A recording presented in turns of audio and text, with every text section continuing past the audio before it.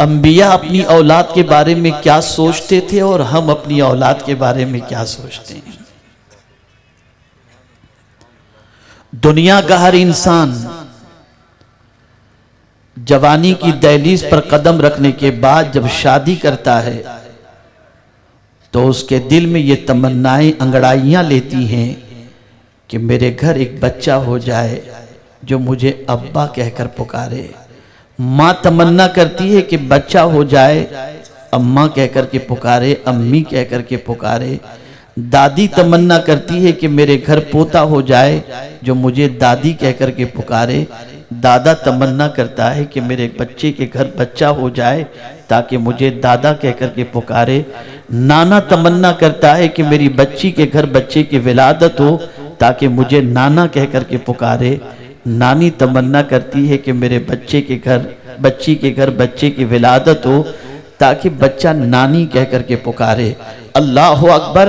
اگر بچہ کسی شخص کے یہاں نہیں ہوتا، سال گزر گیا، 2 سال گزر گئے، 3 سال گزر گئے، تو انسان اس بچے کے لیے اور گھر میں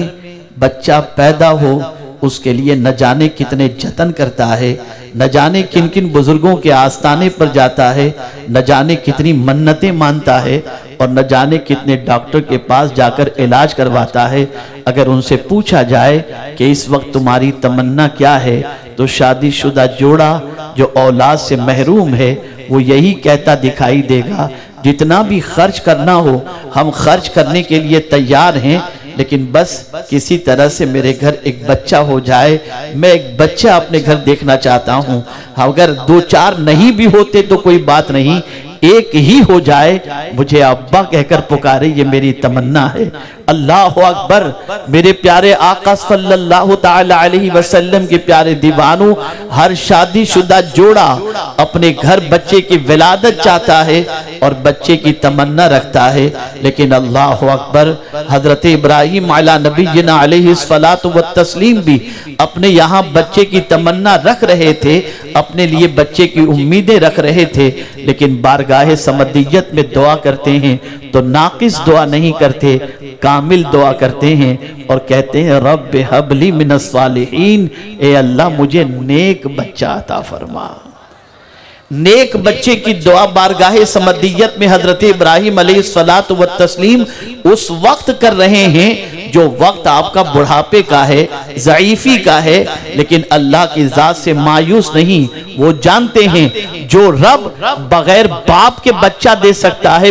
وہ پروردگار قادر مطلق ہے، وہ چاہے تو بڑھاپے میں بھی کسی کو اولاد کی دولت سے مالا مال کر سکتا ہے۔ اس لیے بارگاہ سمدیت سے نا امیدی نہیں تھی، امید تھی، تو بارگاہ سمدیت میں دعا کرتے ہیں رب ہب لی من الصالحین، اے اللہ مجھے نیک اولاد عطا فرما۔ اور جب پروردگار نے اولاد کی شکل میں ابراہیم و اسماعیل و اسحاق جیسی اولاد عطا فرمائی تو سب سے پہلے زبان پر یہ نہیں تھا فلاں ڈاکٹر کے علاج کی بنیاد پر، فلاں وظیفے کی بنیاد پر، فلاں چیز کی بنیاد پر میرے گھر اللہ نے یہ بچہ عطا فرمایا، بلکہ سب سے پہلے انسانوں کے شکر کی بجائے رب کا شکر ادا کرتے ہوئے کہتے ہیں الحمدللہ الذی وہب لی علی الکبر اسماعیل و اسحاق۔ ساری تعریف اللہ کے لیے ہے جس نے ضعیفی کے اندر اسماعیل و اسحاق جیسی اولاد مجھے عطا فرمائی۔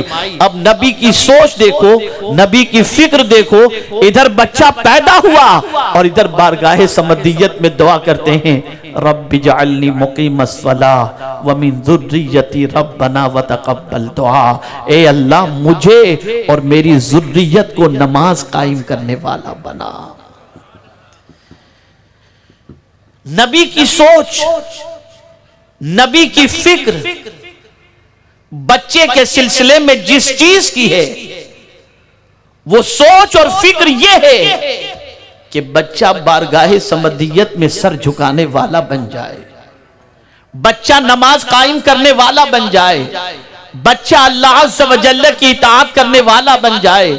بچہ بارگاہ سمدیت کے اندر جبین نیاز جھکانے والا بن جائے۔ آج اگر ہم معاشرے کا جائزہ لیں، آج جن کے گھروں میں بچے پیدا ہو چکے ہیں یا جن کے گھروں کے اندر بچے پیدا ہونے والے ہیں، ان سے اگر پوچھا جائے کہ آپ کی کیا تمنا ہے اپنے بچے کے سلسلے میں، تو آج بہت سارے ماں باپ یہ کہتے ہوئے نظر آئیں گے کہ ہماری تمنا یہ ہے کہ اس بیٹے کو ڈاکٹر بنائیں گے، انجینئر بنائیں گے، لائر بنائیں گے، سائنٹسٹ بنائیں گے، ٹاٹا برلا کے مقابلے کے اندر ایک بہترین بزنس مین بنائیں گے۔ ہماری تمنائیں، ہماری سوچ، ہماری فکر اپنے بچے کے سلسلے میں یہ ہے، لیکن نبی کی سوچ اگر دیکھا جائے تو سب سے پہلی سوچ یہ ہے کہ اے اللہ، تو نے جو بیٹے کی شکل میں ہمیں نعمت عطا فرمائی ہے، اے اللہ تیری بارگاہ میں سب سے پہلی دعا یہ ہے کہ میرے بیٹے کا سر جھکے تو تیری بارگاہ میں جھکے اور میرا بیٹا نماز پڑھنے والا بن جائے۔